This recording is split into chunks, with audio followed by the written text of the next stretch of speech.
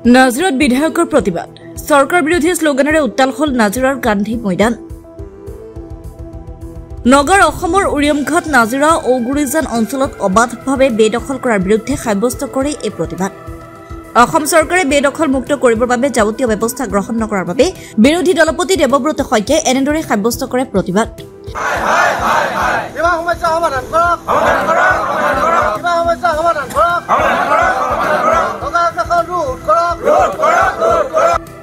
বিধানসভাৰ বিৰোধী দলৰ দলপতি তথা নাজিৰা সমষ্টিৰ বিধায়ক দেৱব্ৰত শইকীয়া শিৱসাগৰ জিলা কংগ্ৰেছ কমিটিৰ সভাপতি অজয় কুমাৰ গগৈৰ উপস্থিতিত নাজিৰা গান্ধী ময়দানত ৰূপায়ণ কৰা হয় এই প্ৰতিবাদী কাৰ্যসূচী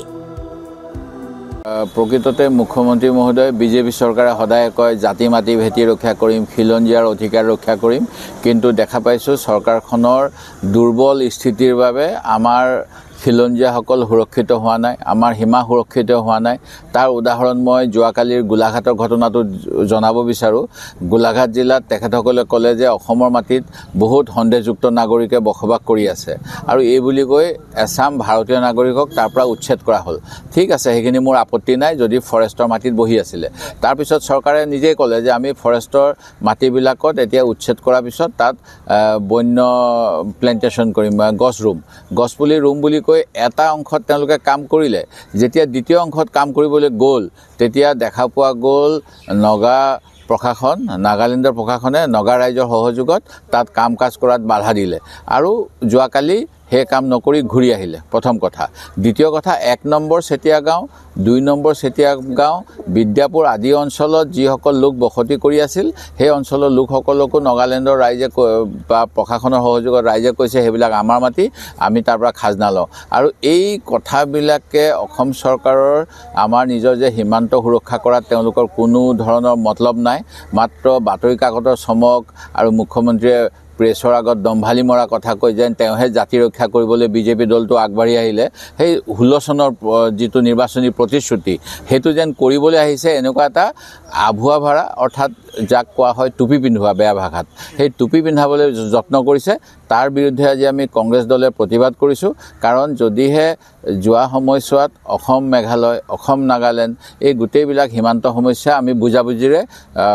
সমাধান কৰিম বুলি কৈছিল কাৰণ দিল্লীত বিজেপি চৰকাৰ আৰু উত্তৰ পূৰ্বাঞ্চলৰ কেইখন ৰাজ্যত বিজেপি চৰকাৰ অথবা বিজেপি সমৰ্থিত চৰকাৰ কিন্তু তাৰ পিছতো কিয় অসমৰ মাটি ৰক্ষা কৰিব পৰা নাই অসমৰ মুখ্যমন্ত্ৰীয়ে যোৱাকালি তেওঁ কেবিনেট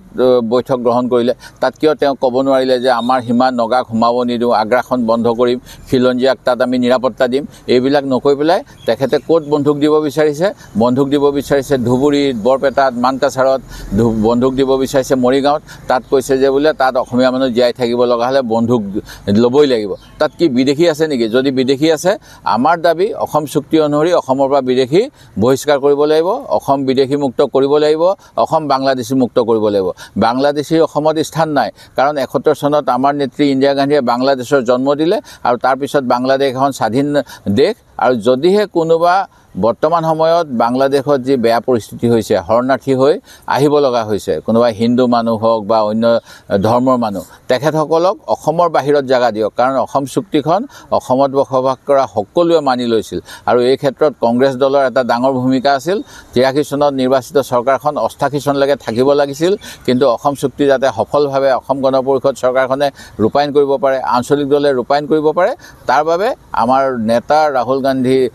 পিতৃ ৰাজীৱ গান্ধী ডাঙৰীয়া সেই সময়ত প্ৰধানমন্ত্ৰী তেখেতে অসমৰ মুখ্যমন্ত্ৰী হিতেশ্বৰ শইকীয়াক সেই সময়ত পদত্যাগ কৰিব কৈছিল আৰু সেই অনুসৰি কংগ্ৰেছ দলে অসম চুক্তি যাতে আঞ্চলিক দলে ৰূপায়ণ কৰিব পাৰে সঠিকভাৱে তাৰ বাবে বাট এৰি দিছিল কিন্তু এই আঞ্চলিক দলটো এতিয়া বিজেপিৰ লগত আছে আৰু যেতিয়া নাগৰিকত্ব সংশোধনী আইন 2019 অনুসৰি 14 চনলৈকে অসমত বাংলাদেশীক জাগা দিব বিচাৰিছে তেওঁলোকে মুখেৰে মতা নাই আৰু যোৱা সময়ছোৱাত জাতি মাটি ভেটি ৰক্ষা কৰিম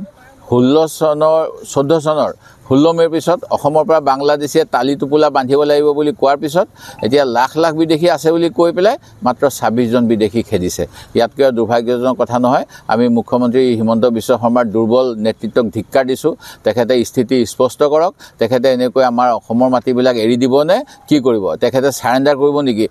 নিজৰ ৰাজনৈতিক দলটোৰ স্বাৰ্থৰ বাবে যাতে তেওঁ মেঘালয়ৰ বা নাগালেণ্ড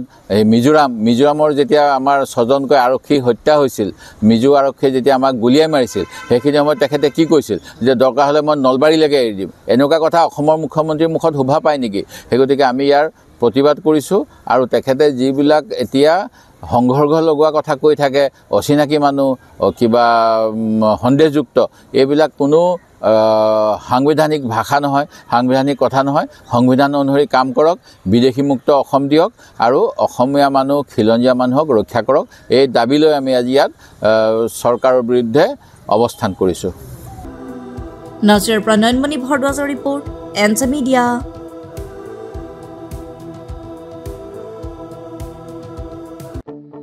আপোনাৰ সপোনৰ ঘৰখন কেনে হ'ব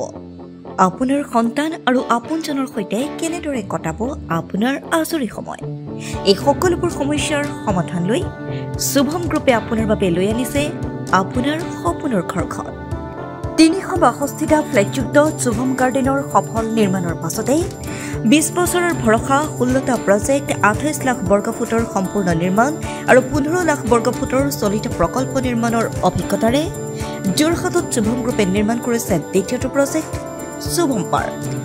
অত্যাধুনিক সা সুবিধাৰে নিৰ্মিত শুভম পাৰ্কত আপোনাৰ আৰু আপোনাৰ সন্তানৰ বাবে থাকিব club badminton court community hall kids play area splash pool আৰু জিম ক্লাব প্ৰতিটো ব্লকত থাকিব 2.5 BHK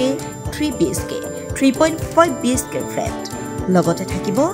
আপোনাৰ আৰু আপোনাৰ আপোনজনৰ প্ৰাপ্তিৰ সাহী আজি বুক কৰক আপোনাৰ সপোনৰ ঘৰখন যোগাযোগ কৰক 6003301010 নম্বৰত আমাৰ ঠিকনা সোণাৰীগাঁও তৰাজান যোৰহাট 785001 6000ৰো অধিক বাসিন্দাৰ ভৰসা